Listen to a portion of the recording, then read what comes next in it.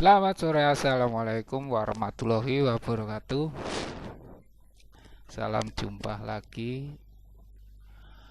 saudara-saudara sekalian. Kemarin kita coba membahas tentang konsep algoritma ya, dimana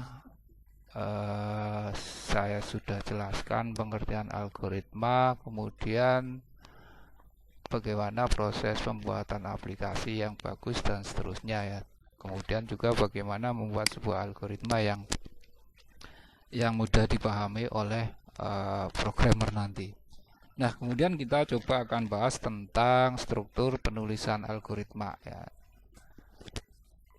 Nah, di dalam struktur penulisan algoritma yang jelas nanti akan terdiri dari 3 bagian ya. Yang pertama header atau judul ya, kemudian kamus serta algoritma ya. Yang masing-masing nantinya akan menjabarkan di setiap judul itu sendiri ya. Nah, pembahasan di konteks header atau judul, kalau ibaratkan ketika kita ingin mengetahui isi sebuah buku ya, kemudian isi sebuah makalah dan sebagainya, itu nggak lepas dari sebuah judul ya. Kita bisa menerka, menebak ataupun analisa isi dari sebuah buku itu diawali dari sebuah judul ya. Jadi di dalam algoritma ini sendiri, pengertian judul bagian dari teks algoritma yang digunakan sebagai tempat mendefinisikan nama dengan menentukan apakah teks tersebut adalah program atau prosedur atau fungsi ya. Jadi judul ini sendiri menentukan apakah tag yang akan kita buat atau barisan kode yang akan kita buat adalah sebuah program atau sebuah prosedur atau fungsi. Kalau kita lihat kasus di bawah, Anda bisa lihat di sini ya.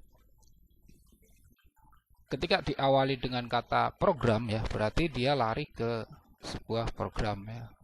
Ketika kita diawali dengan prosedur, berarti lari ke sebuah prosedur. Dan ketika diawali dengan kata fungsi, itu adalah sebuah fungsi atau. Nah, jadi tergantung dari headernya atau judulnya ya. Contoh kasus di sini, program luas kubus. Ya. Kemudian penjabarannya atau hanya sebuah keterangan. Ya. Di situ memunculkan menghitung luas kubus untuk ukuran sisi yang dibaca dari piranti masukan, lalu mencetak hasil ke piranti keluaran. Ya. Sekali lagi bahwa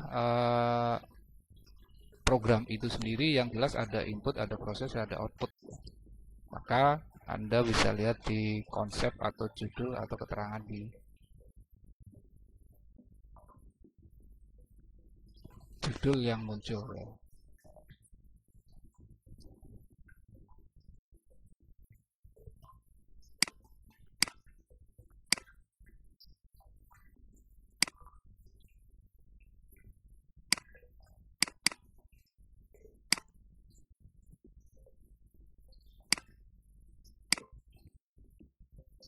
Kemudian berikutnya setelah judul kita coba bahas tentang kamus atau deklarasi.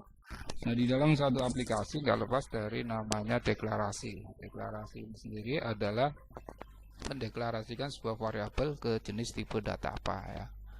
Jadi kalau kita mengibaratkan atau melihat dari apa yang telah saya jelaskan di pertemuan kemarin ya, ketika kita mencari luas persegi panjang, nah itu kan ada rumusnya ya.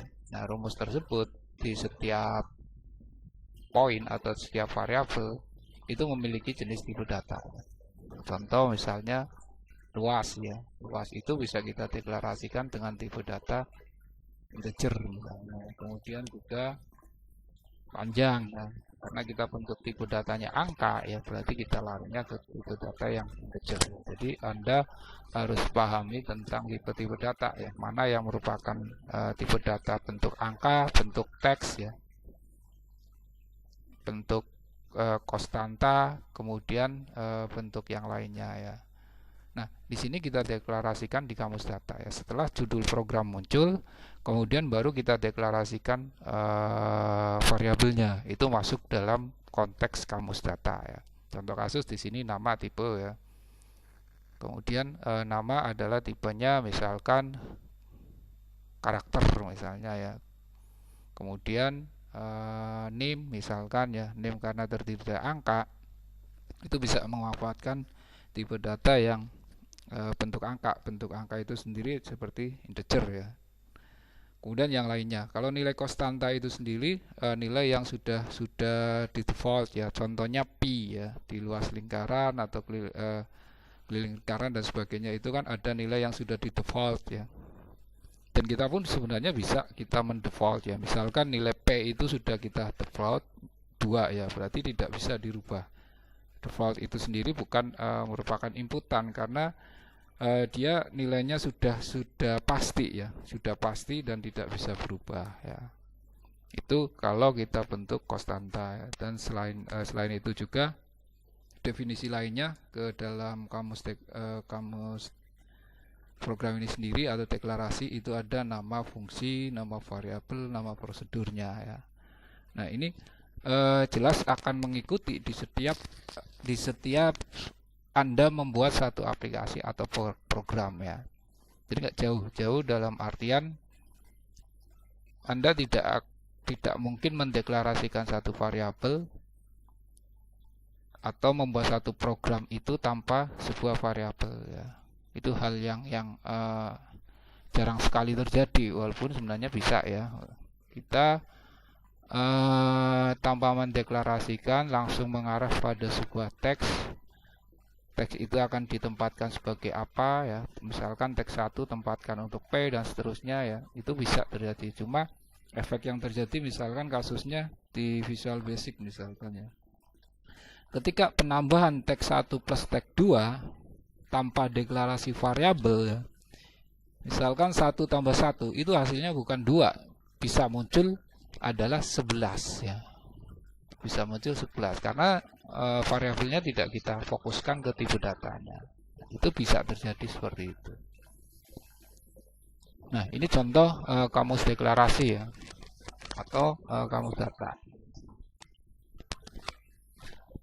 Keterangan di sini nama tipe hanya untuk tipe yang bukan tipe dasar ya. Artian di sini contoh tipe jam ya. Tipe jam ini sendiri kalau default di dalam sistem komputer itu sudah muncul. Biasanya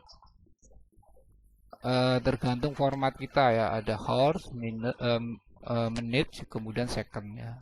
Itu bisa masuk ke konteks integer ya.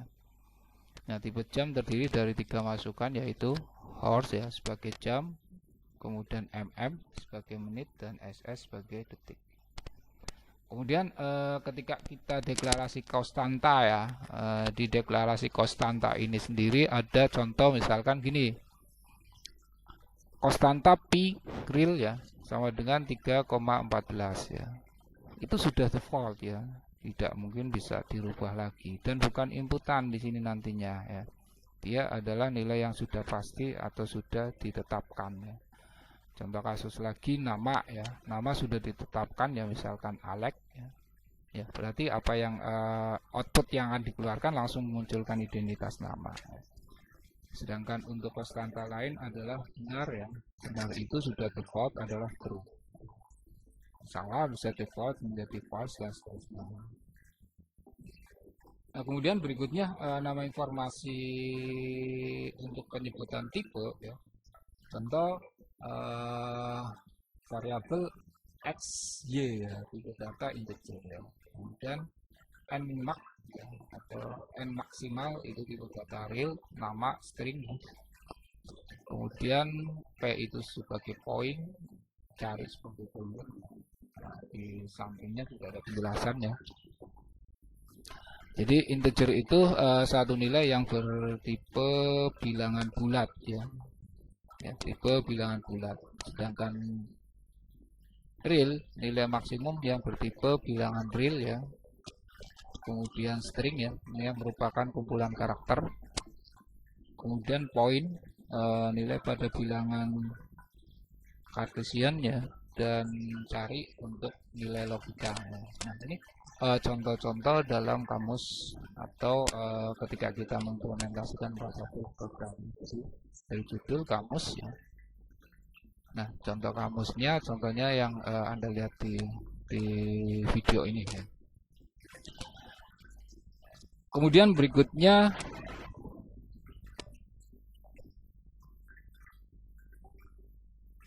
bagian algoritma ya, atau deskripsi ya. Algoritma bagian inti dari satu algoritma yang berisi instruksi atau pemanggilan aksi ya, yang telah didefinisikan. Contoh di sini algoritma misalkan input dalam kurung C, D ya. Jadi menerima masukan dua bilangan C dan D, variabel C dan variabel D ya. Kemudian ada tipe yang kondisional ya, atau tipe yang pemanfaatan logika ya. Contoh if C kurang dari D, then maka ya di sini bisa Anda lihat ya. Jika C kurang dari D, maka C sama dengan A plus B. Nah, operasi kondisi ini sendiri, kalau kondisi ini pasti memanfaatkan if then ya. Kemudian diikuti dengan else ya. Else ya. E sama dengan A min B. Ya. Jadi logikanya, jika data yang diinputkan nilai C itu kurang dari nilai D ya, maka yang dibaca adalah E sama dengan A plus B. Tapi selain itu dalam artian else ya, C lebih dari D, maka yang dibaca adalah E sama dengan A min B. Outputnya adalah E. Nah, bisa kita lihat di sini ya bahwa inputannya adalah C dan D. Inputan yang kita lakukan adalah C dan D. Sedangkan proses yang akan dilakukan adalah E sama dengan A plus B dan E sama dengan A min B. Itu prosesnya. Sedangkan outputnya adalah E ya. Yang dicari adalah nilai E. Nah, ini algoritma ya, atau bagaimana menuliskan instruksinya ya. Nah, statement ini ya, if then else ini sendiri nanti kita pelajari secara bertahap ya. Cuma ini hanya sekedar contoh ketika kita implementasikan sebuah algoritma ya.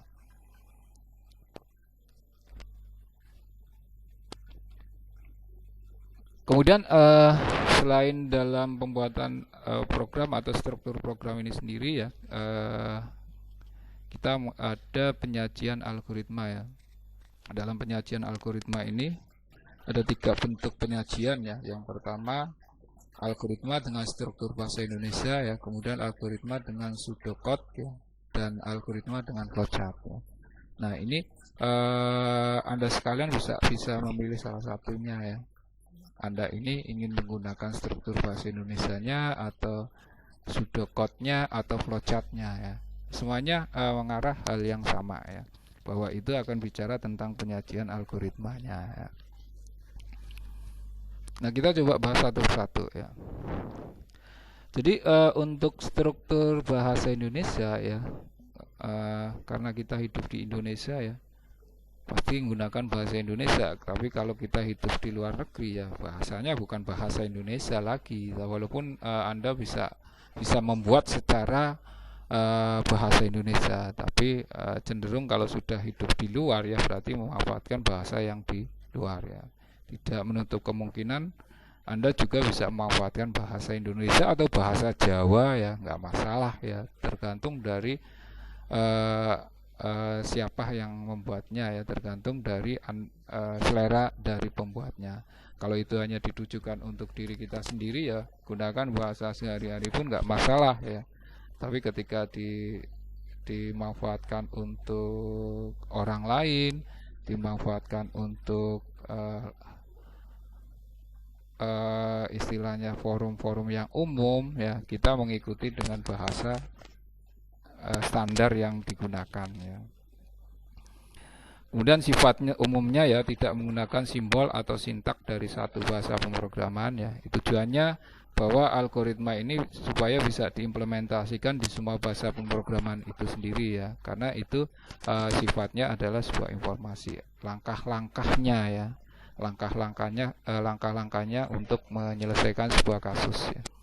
Kemudian tidak tergantung pada satu bahasa pemrograman. Nah, ini yang perlu kita garis bawahi ya, bahwa ketika kita membuat sebuah algoritma, jangan mengacu pada salah satu bahasa pemrogramannya. Walaupun nanti implementasinya bisa diimplementasikan di semua bahasa pemrograman ya. Jadi kembali lagi saya ingatkan ya, algoritma itu hanya bagaimana menyelesaikan atau tahap-tahapan untuk menyelesaikan sebuah permasalahan ya. Dalam hal ini adalah permasalahan yang dibentuk ke dalam sebuah aplikasi atau program ya. Kemudian notasi-notasinya dapat digunakan untuk seluruh bahasa pemrograman. Contoh kasus tadi kan A ya, if then ya. If then itu semuanya bisa diimplementasikan di semua bahasa pemrograman ya. Statement tersebut bisa diimplementasikan di semua bahasa pemrograman ya, cuma tergantung nanti penulisan atau aturan dalam penulisan programnya ya, atau di bahasa pemrograman tersebut ya. Jadi notasi-notasinya itu harus bersifat umum ya. Contoh kasus tadi if then, misalnya if ya C kurang dari D ya, C itu adalah sebuah variabel ya. If itu adalah sebuah statement if dan else itu dimanfaatkan di semua bahasa pemrograman ya. Jadi yang perlu Anda ingat itu, jangan menggunakan notasi-notasi yang mengarah dalam satu bahasa pemrograman ya. Nah, struktur bahasa Indonesia dalam contoh menghitung rata-rata 3 buah data ya, contoh seperti ini.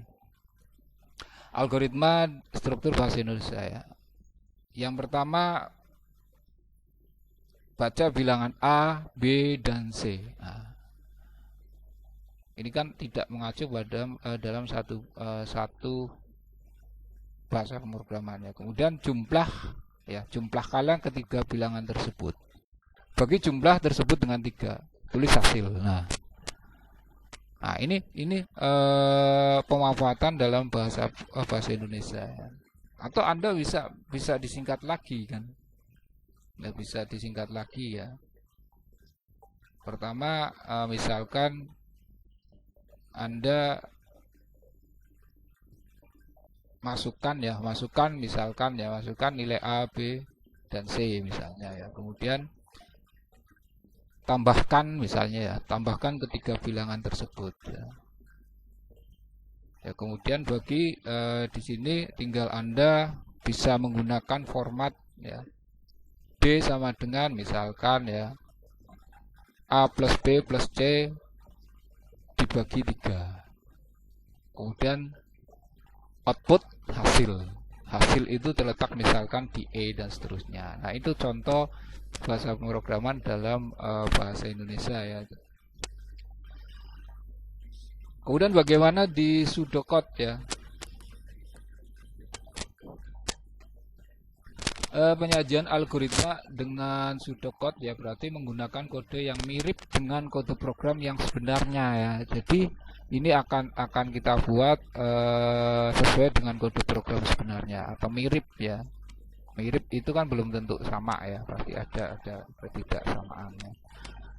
Nah, sedangkan pseudocode ini sendiri lebih rinci dari English atau Indonesia struktur ya. Contoh kasusnya seperti ini ya. Nah, ini ya. Ini contoh kasus dalam membuat pseudocode ya. Jadi menghitung rata-rata 3 buah data. Nah, input A, B, C ya. Kemudian jumlah sama dengan A plus B plus C ya. Rata-rata sama dengan jumlah bagi 3. Kemudian output rata-rata. Nah, kalau dilihat dari sini ya, secara tidak langsung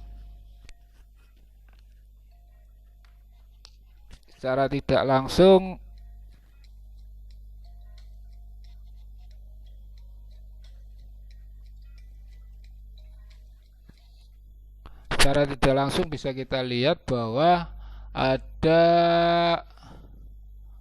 variabel-variabel yang mengikuti ya. Contoh variabel yang bisa kita lihat di sini adalah ABC, kemudian jumlah dan rata-rata ya. Nah, variabel ini sendiri bisa dideklarasikan tipenya ya. Tipe data misalkan A integer atau A, B, C sama dengan integer ya. Kemudian jumlah kita deklarasikan integer juga. Rata-rata karena bilangan bisa berbentuk pecahan, kita bisa lari ke real ya. Nah, bisa jadi misalkan 3 jumlah dari ketiga bilangan tersebut hasilnya 5 ya. 5 bagi 3. Nah, itu kan akan memiliki nilai pecahan. Sehingga tipe datanya nggak bisa kita setup sebagai integer, maka kita bisa gunakan tipe data yang real ya. Nah, kemudian outputnya adalah rata-rata. Ini kita sudah deklarasikan rata-rata dan seterusnya. Nah, setelah kita belajar tentang struktur bahasa Indonesia, kemudian pseudocode, nah kita melangkah pada proses pembuatan algoritma yang berbentuk flowchart ya. Nah, flowchart ini adalah gambaran secara grafis dari langkah-langkah dan urutan prosedur dari satu program. Sebenarnya sama, cuma ini bentuknya bentuk grafik ya, bentuk sebuah, kalau biasa kita lihat ada seperti struktur organisasi ya. Bentuknya adalah dengan menggunakan simbol ya. Jadi flowchart ini sendiri menolong analis dan programmer untuk memecahkan masalah ke dalam segmen-segmen yang lebih kecil dan menolong dalam menganalisa interaktif alternatif ya lainnya dalam pengoperasiannya. Jadi sangat bermanfaat untuk seorang analis dan seorang programmer ya, flowchart ya. Keunggulannya bisa kita unggul untuk mendesain program ya. Kegunaannya ya untuk mendesain program, untuk merepresentasikan program ya. Maka flowchart harus dapat merepresentasikan komponen-komponen dalam bahasa pemrogramannya. Saya lihat kasusnya. Ada istilahnya mengapa flowchart ya. Flowchart ini sendiri ada relationship ya. Flowchart dapat memberikan gambaran yang efektif ya, jelas dan ringkas tentang prosedur logiknya ya. Teknik penyajiannya bersifat grafis, jelas, akan lebih baik daripada uraian yang bersifat teks ya, khususnya dalam menyajikan logika-logika yang bersifat kompleks ya. Jadi ini akan lebih mudah dipahami, mudah jelas ya, atau mudah diterima dengan jelas ya, dan ringkas ya tentang prosedur-prosedur logiknya ya. Karena nanti di situ pun akan muncul simbol ya, kemudian akan muncul penulisannya atau informasinya ya. Kemudian flowchart ini bisa bersifat analis ya, dengan adanya pengungkapan yang jelas dalam model flowchart ya, atau model dalam atau bentuk chart ya, maka para pembaca dapat mudah melihat permasalahannya ya, atau memfokuskan perhatian pada area tertentu sistem informasi ya. Jadi ketika kita membuat flowchart ini sendiri, secara tidak langsung itu akan diketahui permasalahannya letaknya di mana ya. Jadi fokusnya itu bisa ke area tertentu ya, tidak harus bertahap dari awal sampai akhir membaca. Dengan mengetahui simbol-simbol yang ada di flowchart, nantinya fokusnya akan bisa mengarah pada satu pokok persoalannya, areal tertentu ya. Misalkan di mana sih letak logikanya, di mana sih letak prosesnya dan sebagainya. Nah, itu bisa dilihat dari simbolnya nanti ya. Kemudian flowchart ini sendiri bersifat communication ya, karena simbol-simbol yang digunakan mengikuti satu standar tertentu yang sudah diakui secara umum, maka flowchart dapat merupakan alat bantu yang sangat efektif ya dalam mengkomunikasikan logik satu masalah atau dalam mendokumentasikan logik tersebut ya. Nah, ini manfaat flowchart sendiri ya. Nah, ini lambang-lambang di dalam membuat flowchart. Yang pertama, mulai atau terminator ya, atau selesai ya. Simbol yang Anda lihat atau lambang yang Anda lihat ini sendiri ya, bulat tapi bulat panggung. Bulat tanggung di sini digunakan untuk mengawali dan mengakhiri ya, mengakhiri satu bentuk flowchart. Kemudian alur data ya. Kalau kita lihat alur data itu ada panahnya ya, bahwa misalkan dari terminator atau mulai kemudian Anda membuat panah ke bawah, berarti arahnya sudah jelas ya. Atau panah ke atas atau panah ke samping dan sebagainya. Berarti bahwa setelah terminator ini sendiri, dia arahnya sudah jelas karena disimboli dengan sebuah tanah, sebuah panah ya.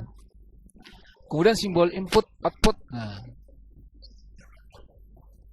seperti ini simbol input outputnya ya.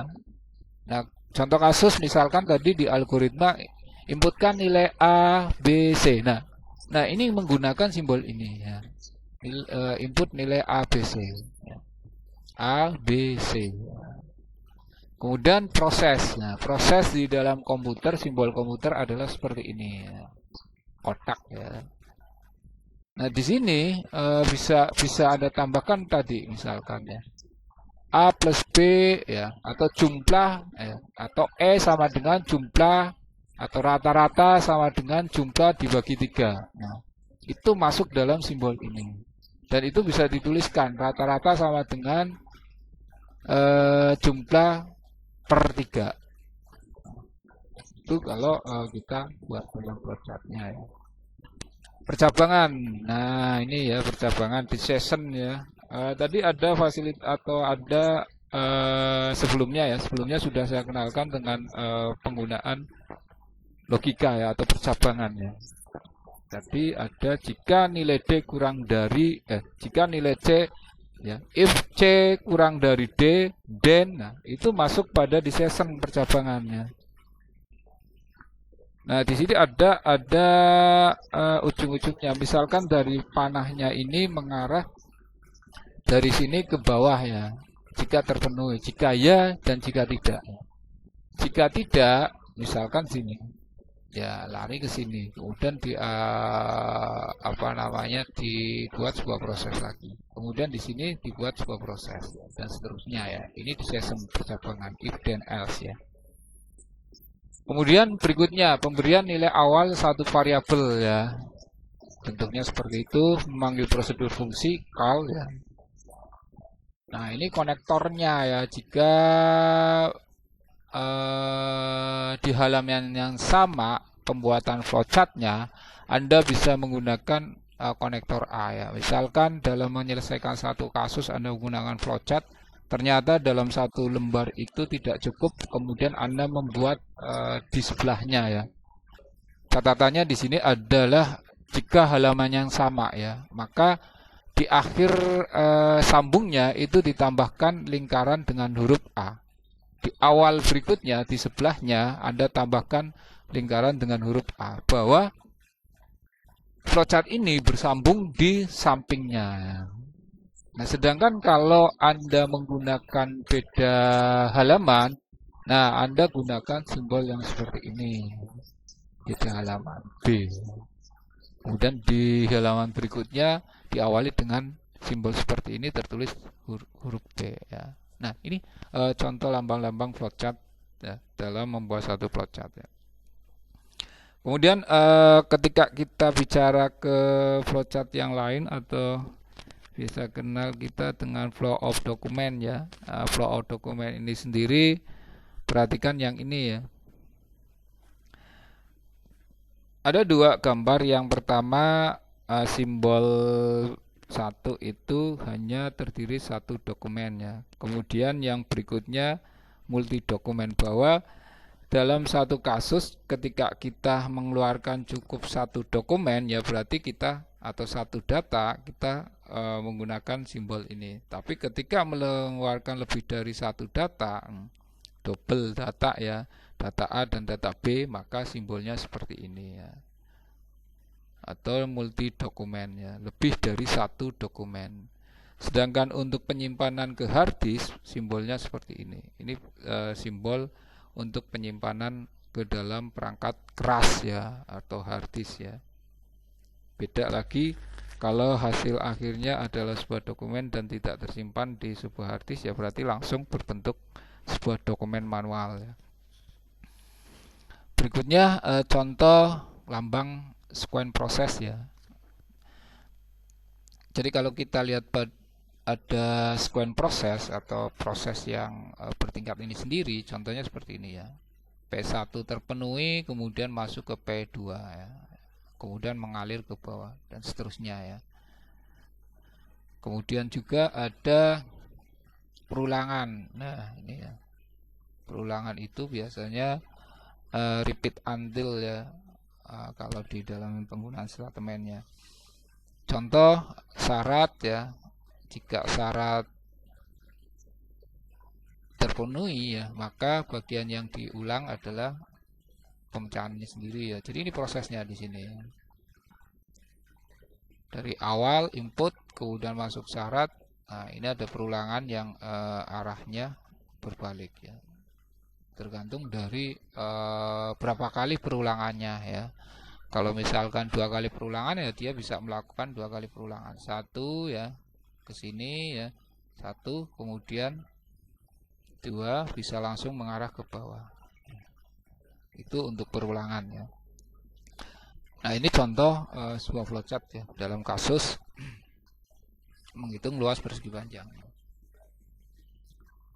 Algoritma yang dimunculkan di dalam bahasa Indonesianya bisa Anda lihat di sebelahnya, kemudian implementasinya ke dalam simbol atau flowchart ya bisa Anda lihat di sampingnya ya. Jadi ketika kita sudah tahu rumus luas persegi panjang ya, kemudian pasti kita mana yang merupakan inputan, mana yang merupakan keluaran, dan mana yang merupakan proses sudah tahu ya. Nah kalau kita melihat menghitung luas persegi panjang itu kan rumusnya luas sama dengan panjang kali lebar ya. Nah, hasil akhirnya bisa Anda lihat bahwa hasil akhir yang kita inginkan adalah nilai luas ya. Nilai luas, sedangkan nilai luas itu didapat dari P kali L. Maka inputannya bisa dilihat adalah P dan L ya. Inputan atau masukan. Algoritmanya masukkan nilai panjang ya, simbol P, masukkan nilai lebar, simbol L kecil ya. Kemudian menghitung luas. Nah, berarti kan secara otomatis L sama dengan P kali L kecil ya. Nah, setelah itu baru cetak luas. Nah, algoritma untuk menghitung luas persegi panjang flowchartnya bisa dilihat itu ya. Simbol mulai ya. Terminatornya kemudian masukkan nilai P. Sebenarnya ini bisa digabung ya, bahwa di dalam proses pemasukan data itu bisa Anda membuat satu simbol aja ya. Misalkan di sini ya kita gunakan masukkan P dan L, misalnya P dan L kecil ya. Kemudian langsung melangkah pada prosesnya. Luas sama dengan P kali L. Nah, tuliskan hasil L, selesai. Nah, di sini kita bisa langsung fokus. Sebenarnya persoalan yang akan kita selesaikan dalam aplikasi itu sebenarnya apa? Dilihat pada simbol prosesnya. Nah, ini ya simbol proses. Yang bisa kita tahu. Oh, ternyata yang ingin kita selesaikan adalah mencari luas, di mana luas itu adalah luas persegi panjang ya. Luas sama dengan P kali L. Ya kalau real atau nilai default sebuah rumus itu kan di luas persegi panjang itu disimbolkan dengan P dan L. Kalau Anda berubah ya nggak masalah. Misalnya P itu dirubah jadi A, L itu dirubah jadi B ya nggak masalah. Proses yang terpenting hasil akhirnya adalah sama ya. Cuma akan lebih jelas ketika terimplementasi dan dipresentasikan ke orang lain itu dengan simbol yang sudah banyak diketahui oleh orang lain ya, atau banyak diketahui oleh pembacanya ya. yaitu P dan L. Selesai ya. Kemudian contoh lain yang ini ya.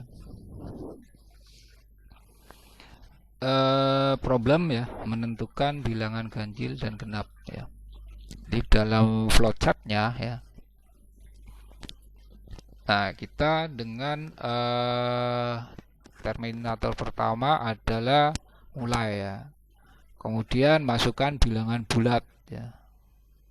Bilangan bulat kalau kita lihat bulat itu tipenya integer ya. Kemudian bilangan dibagi 2 dengan operasi sisa bagi ya. Ya, sisa bagi. Nah, kemudian melangkah ke decision ya. Nah, sisa bagi sama dengan 0, maka ingat ya, semua sisa bagi ketika 0 itu kan pasti dikeluarkan merupakan bilangan bulat kan, atau bilangan genap kan. Misalkan gini, 4 dibagi 2, nah sisanya kan 0 kan. Maka apakah ya, misalkan gini, apakah nilai bilangan tersebut sisa 0 jika dibagi 2? Jika iya, maka dia dinyatakan bilangan genap. Jika tidak, masih menyisakan 1 ya. Contoh tadi 5 dibagi 2, nah itu kan ada menyisakan 1 ya. Itu kan tidak sama dengan 0 ya. Maka otomatis akan dinyatakan bilangan ganjil. Logikanya gitu ya. 4 itu bilangan apa?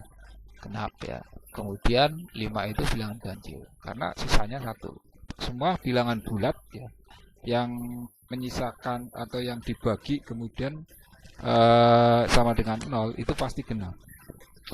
Itu pasti genap. Ketika menyisakan 1, nggak mungkin pembagian 2 itu akan menyisakan 2, itu nggak mungkin ya. Atau menyisakan lebih, pasti menyisakannya 1. Ya 5 dibagi 2 sama dengan ya sisa 1 ya. Kemudian 10 dibagi 2 nggak menyisakan, 9 bagi 2 juga sisa 1. Pasti akan menyisakan 1. Nah, logikanya ketika sisanya sama dengan 0, maka secara otomatis bahwa bilangan tersebut adalah bilangan genap ya. Sedangkan ketika menyisakan 1 itu pasti bilangan ganjil. Itu sudah dipastikan gitu, sudah dipastikan. Coba aja Anda cari bilangan mana yang menyisakan lebih dari 1 ketika dibagi 2. Mungkin sampai Anda rambutnya ubanan pun ya, sampai ubanan banyak pun tidak akan bisa menemukan gitu ya. Ketika data di angka dibagi 2 pasti enggak sisa ya, sisa 1. Atau angka 7 turunan anak Anda pun ya, ketika menghitung seperti itu pun tetap sama hasilnya, menyisakan 1. Nah, kemudian setelah proses didapat ternyata sama dengan 0, maka cetak hasil ya, bilangan genap. Ketika menyisakan 1, maka cetak hasil bilangan ganjil. Selesai. Nah, kalau dilihat dari sini, proses yang terjadi adalah pada simbol ini. Bilangan dibagi 2 dengan operasi sisa bagi. Nah, apa sih operasi sisa bagi? Nanti kita pelajari. Ya, nanti kita pelajari ada sisa bagi dan seterusnya. Ya. Itu menggunakan statement apa? Nah, itu sedikit tentang struktur algoritma ya. Bicara tentang struktur algoritma berbahasa Indonesia dan struktur algoritma yang menggunakan pseudocode dan struktur algoritma yang menggunakan flowchart ya. Pada intinya sebenarnya semua struktur algoritma itu sendiri dimanfaatkan untuk lebih memahami ketika kita ingin membuat sebuah aplikasi atau menyelesaikan sebuah kasus ya. Runtutan-runtutan atau langkah-langkah awal yang harus kita lakukan sampai dengan menghasilkan satu hasil yang kita inginkan sesuai dengan kasusnya ya. Intinya sama, cuma akan lebih mudah dipahami oleh programmer ya, oleh seorang analis itu bisa menggunakan flowchart ya. lebih dipahami untuk pemanfaatan flowchart. Karena apa? Tadi saya sudah disinggung ya. Flowchart itu kita bisa langsung fokus pada persoalan, bisa melihat sebenarnya persoalannya sebenarnya di mana ya. Jadi fokus kita bisa mengarah dalam satu simbol yang atau yang telah kita buat itu sendiri. Yang terpenting di sini adalah pemahaman Anda tentang simbol ya, pemahaman Anda tentang simbol. Ketika Anda tidak paham tentang simbol ya sudah, pasti Anda tidak akan tahu di sini. Tidak akan tahu mana letak prosesnya ya, mana letak decisionnya, mana letak inputnya. Nah, dengan seperti itu pesan saya sendiri, pahami dulu simbol-simbol yang akan digunakan dalam flowchart. Nah, saya kira itu untuk pertemuan yang ketiga ini. Jika ada permasalahan, jika ada sesuatu yang ingin ditanyakan, mari kita diskusikan di WA grup yang telah dibuat ya. Jadi jangan malu-malu untuk bertanya. Jika emang bisa dijawab ya kita jawab. Kalau tidak ya menjadi hal-hal yang perlu kita diskusikan. Nah, pesan saya sekali lagi, jaga kesehatan, ikuti protokol kesehatan, kemudian jangan lupa berdoa agar dijauhkan dari hal-hal yang tidak kita inginkan. Biar kami yang